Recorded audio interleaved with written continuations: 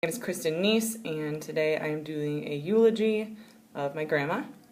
Here are my audience members, and I'm going to give it to them.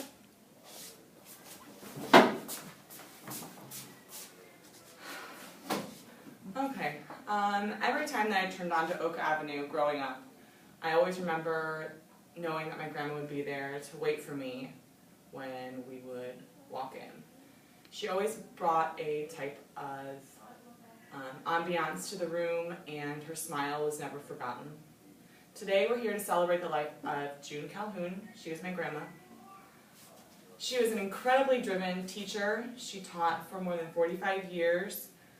She actually went back to get her BA in the 70s. She went and actually lived on the campus at Iowa State University to get her BA and was away from the family for a little time, so it was really a huge motivation for her to pursue higher education in education. She was an incredibly independent woman for her time. In 1974, she actually traveled to Egypt by herself because it had always been a goal of hers to travel the world, and especially her interest in seeing the pyramids was a huge step for her to go there.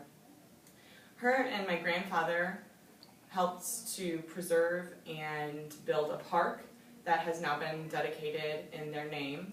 It's the Charles and June Calhoun Park in Ames, Iowa, and it is a dedicated nature area that they can't have any building on, and it's a park. They're building different playgrounds for children and also recreational areas for biking and different sports. So that was back in 2007, the park was dedicated to them in their name. She was a very supportive and generous mother and grandmother. She had 4 children, 3 boys and 2 girls, or 3 boys and 1 girl. She has 8 grandchildren, 4 boys and 4 girls.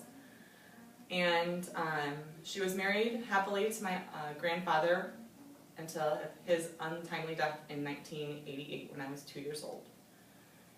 It was pretty amazing that she lived on her own for over 20 years after his death. A lot of people their age aren't able to do that.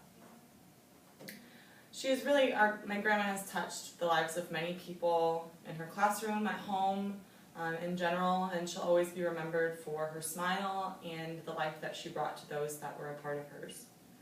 One thing I'll always remember that she told me was that the reason that grandchildren and grandparents get along so well is that they have a common enemy. Thank you. 3 minutes on the head.